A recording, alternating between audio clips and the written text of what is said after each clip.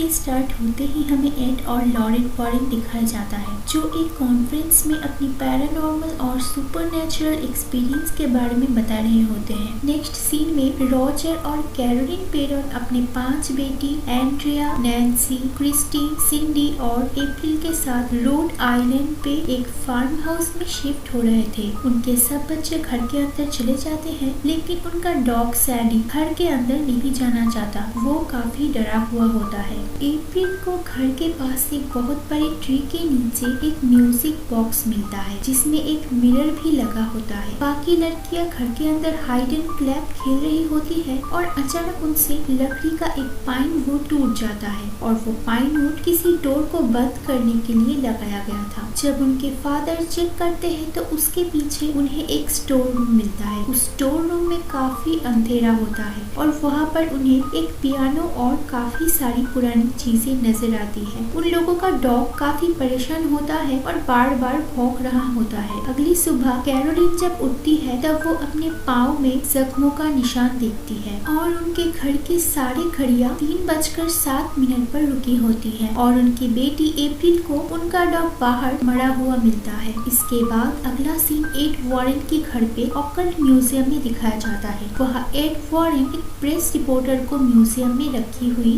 सारी भूतिया और काले जादू में इस्तेमाल किए गए चीजों के बारे में बता रहे थे और वो एनाबेल डॉल के बारे में बताते हैं कि इस डॉल में एक बहुत बड़ी शैतानी ताकत है जिसने इसे अपना सोर्स बनाया हुआ है। इसके बाद फिर वो फार्म हाउस दिखाया जाता है जहाँ सारे घड़िया में 3:07 होते ही घड़िया वहीं पर रुक जाती है और उसी वक्त से पूरी घटनाएं होना शुरू हो जाता है। क्रिस्टीन जब अपने बेड पे सो रही होती है तब कोई उसका पाँव को जोर से खींचता है और उसे बहुत गंदी स्मेल भी आती है। सिंडी को नींद में चलने का आदत होती है और वो नींद में चलते चलते एंड्रिया के रूम में चली जाती है और बहुत अजीब तरीके से अलमारी पर अपना सर मार रही होती है। अगले दिन सुबह कैरोलिन के बॉडी पर एक और जख्म का निशान दिखाई देती है। रॉजर जब घर से बाहर जाते हैं तब वो उस बड़े पेड़ के नीचे एक कबूतर को मरा हुआ देखते हैं। ये सब देखकर वो काफी हैरान हो जाते हैं और ये सब वहाँ पे किसी शैतानी ताकत का प्रेजेंस की तरफ इशारा कर रहे थे। घर पे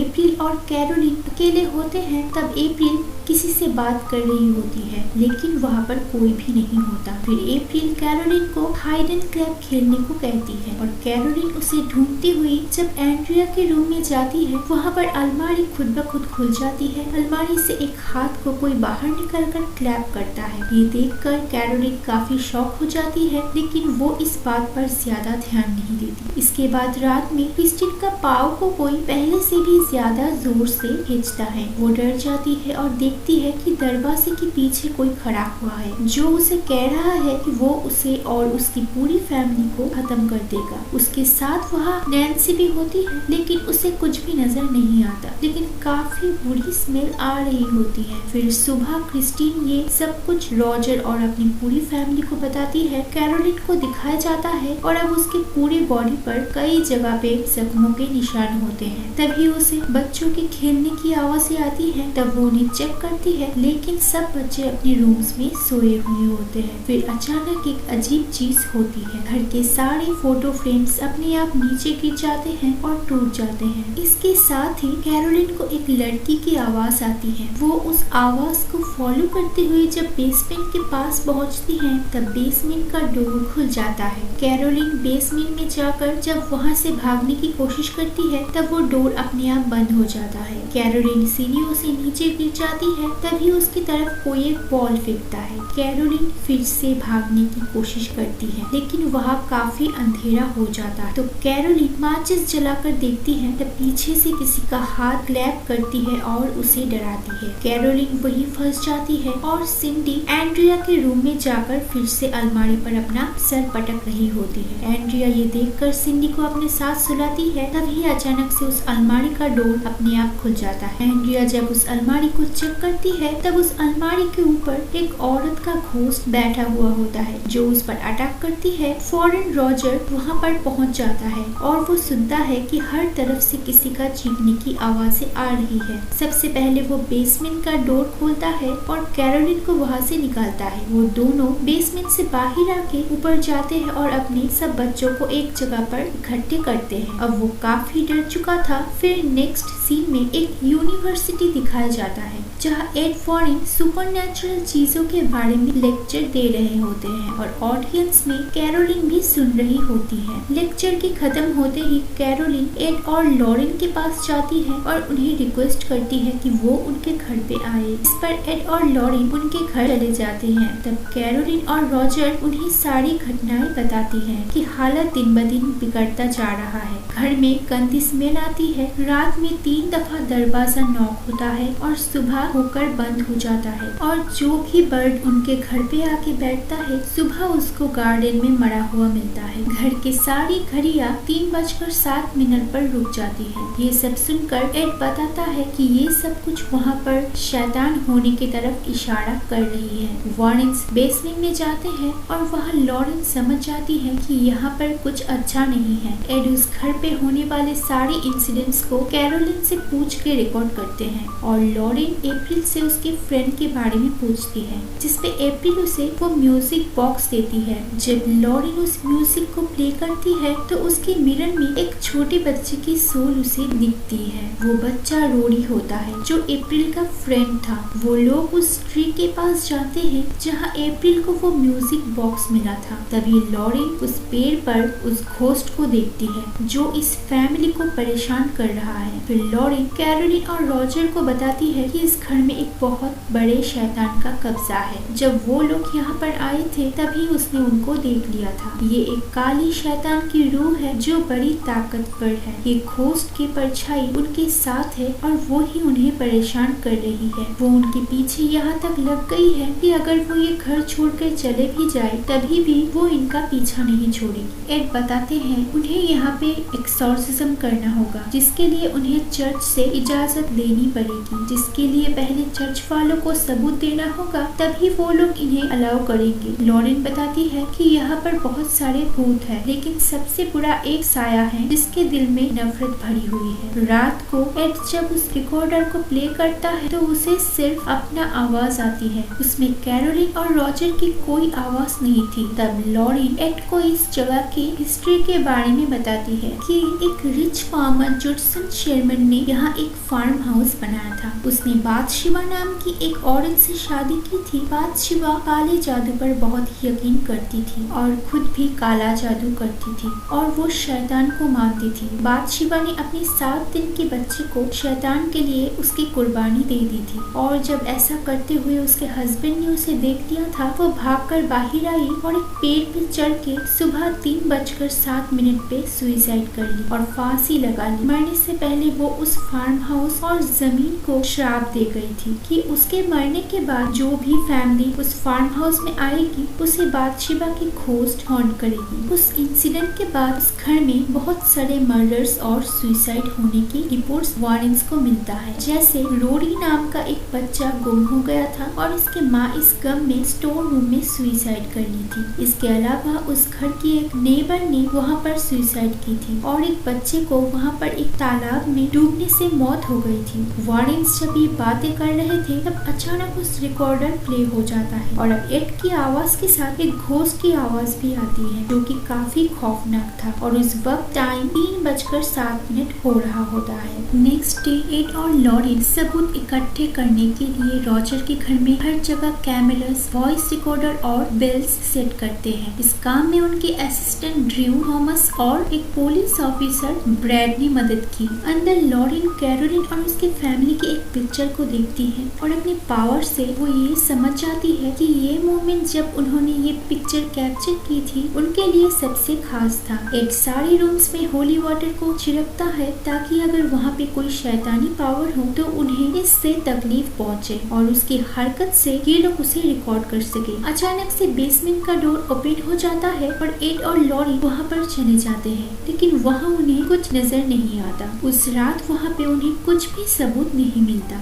अगले दिन जब लॉरेन कपड़ों को सुखा रही होती है तब वो देखती है कि बाथशेबा उस कपड़े की पीछे वाली साइड पे खड़ी है और अचानक वो कपड़ा उड़कर कैरोलिन के बेडरूम के खिड़की पे जाकर चिपक जाता है और जैसे ही विंडो से कपड़ा हटता है लॉरेन को वहाँ पर बाथशेबा की रूह नजर आती है। इससे पहले कि लॉरेन कैरोलिन के पास पहुँचती, बाथशेबा अपने खून उसके मुंह में वॉमिट करता है जिससे कैरोलिन पॉजेस्ड हो जाती है। उस रात वॉरेन्स की ग्रुप देखता है सिंडी स्लीप वॉक करते हुए एंड्रिया के रूम में जा रही है और रेडियो में उन्हें किसी आत्मा की आवाज सुनाई देती है जो सिंडी को अलमारी में बुला रहा होता है। तब सारे कैमरास उसकी फोटो कैप्चर कर लेती है जिससे ये साफ जाहिर था कि वहाँ कोई और भी मौजूद है। सब लोग उस रूम में जाते हैं और सिंडी को एक खुफिया जगह पर बैठा हुआ पाते हैं। फिर लॉरेन को अलमारी के अंदर एक सीक्रेट रास्ता मिलता है। वहाँ पर बच्चे की टॉयज और वो रस्सी भी मिल जाती है जिससे बाथशेबा ने सुसाइड किया था। अचानक एक लकड़ी टूट जाता है और लॉरेन वहाँ से गिर जाती है और एक स्टोर रूम में आ जाती है। वहाँ लॉरेन को म्यूजिक बॉक्स के मिरर में रोरी की मदर की सोल नजर आती है जो कि बुरी तरह रो रही होती है। रोरी की मदर का घोस्ट लॉरेन को कहती है कि उसने उसे ऐसा करवाया था और फिर वो गायब हो जाती है। वहीं पे बाथशेबा का घोस्ट फिर लॉरेन को काफी डराती है और वहाँ से भागते टाइम लॉरेन के गले की चेन वो खींचती है जिससे वो लॉकेट टूटकर गिर जाती है जो लॉरेन को उसकी बेटी ने दिया था। लॉरेन की बेटी का नाम जूडी होता है और लॉकेट में उसकी फोटो भी होती है। लॉरेन भागकर बाहर आती है और सबको बताती है कि ये बुरी रूह सिर्फ माओ पर हावी होती है और माओ के हाथों ही उसके बच्चे की जान ले लेती है। अब वो कैरोलिन को धीरे धीरे पोजेस कर रही है और उसकी बॉडी पर जो जख्मों का निशान है इसके ये घोस्ट ही वजह है।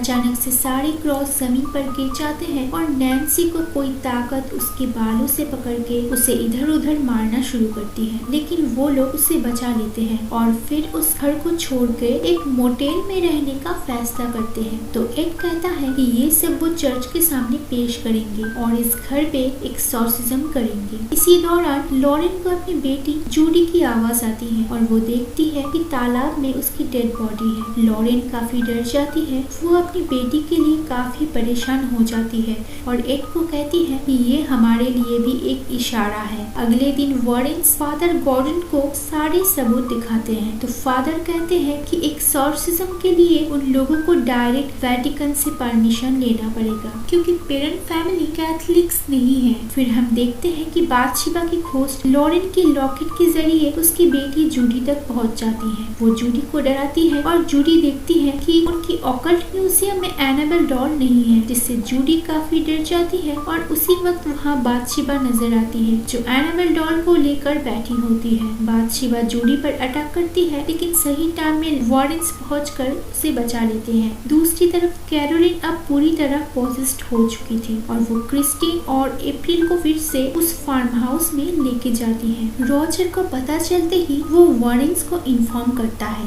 फिर जैसे ही सब वहाँ पर पहुँचते हैं तब कैरोलिन क्रिस्टीन को मारने ही वाली होती है, लेकिन वो लोग क्रिस्टीन को बचा लेते हैं और उसे कार में बिठा देते हैं। अप्रैल इस इंसिडेंट को देखकर काफी डर जाती है और किसी जगह पे जाके छुप जाती है। जब वो लोग कैरोलिन को घर से निकालने की कोशिश करते हैं तब वो घोस्ट उसको नुकसान पहुंचाने की कोशिश करता है और कैरोलिन को बाहर जाने नहीं देती। लॉरेन फौरन समझ जाती है कि अगर कैरोलिन बाहर चली गई तो उस घोस्ट उसको जान से मार देगा और वो शैतान कैरोलिन को खींचकर फिर से स्टोर रूम में ले जाता है। वो लोग स्टोर रूम में जाके कैरोलिन को कंट्रोल करने की कोशिश करते हैं, लेकिन ये शैतान काफी पावरफुल होता है और उसकी हालत काफी खराब कर चुका होता है, जिससे उसे कंट्रोल में करना कोई आसान बात नहीं था। दूसरी तरफ वो पुलिस ऑफिसर घर में अप्रैल को ढूंढ रहा होता है। कैरोलिन किसी की भी कंट्रोल में नहीं आती और सब पर अटैक करती है। वो लोग कैरोलिन को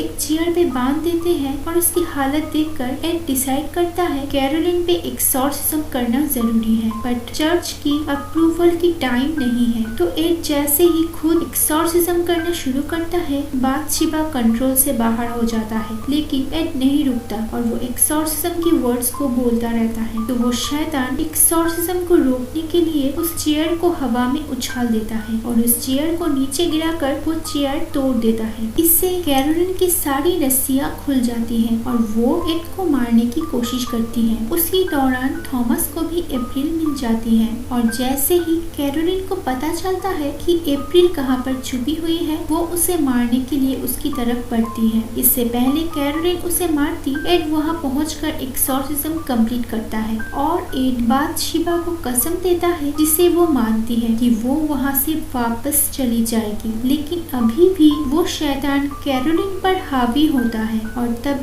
लॉरेन और रॉजर उसकी मदद करता है। वो लोग कैरोलिन को उसके फैमिली और बच्चों की यादों के सहारे उसे पावरफुल बनाते हैं ताकि वो उस घोस्ट का मुकाबला करे और एट लास्ट कैरोलिन की फैमिली और उसके बच्चों का प्यार उसके लिए जीत जाता है और वो घोस्ट कैरोलिन को मजबूरन छोड़कर वहाँ से चला जाता है। कैरोलिन अब नॉर्मल हालत में वापस आ जाती है। वो लोग फिर से अपना जिंदगी हंसी खुशी गुजारने लगते हैं और अप्रैल लॉरेन को उसका लॉकेट उसे वापस करती है। एंड सीन में एड उस म्यूजिक बॉक्स को अपने म्यूजियम में रख देते हैं और इसके साथ ही मूवी एंड हो जाती है।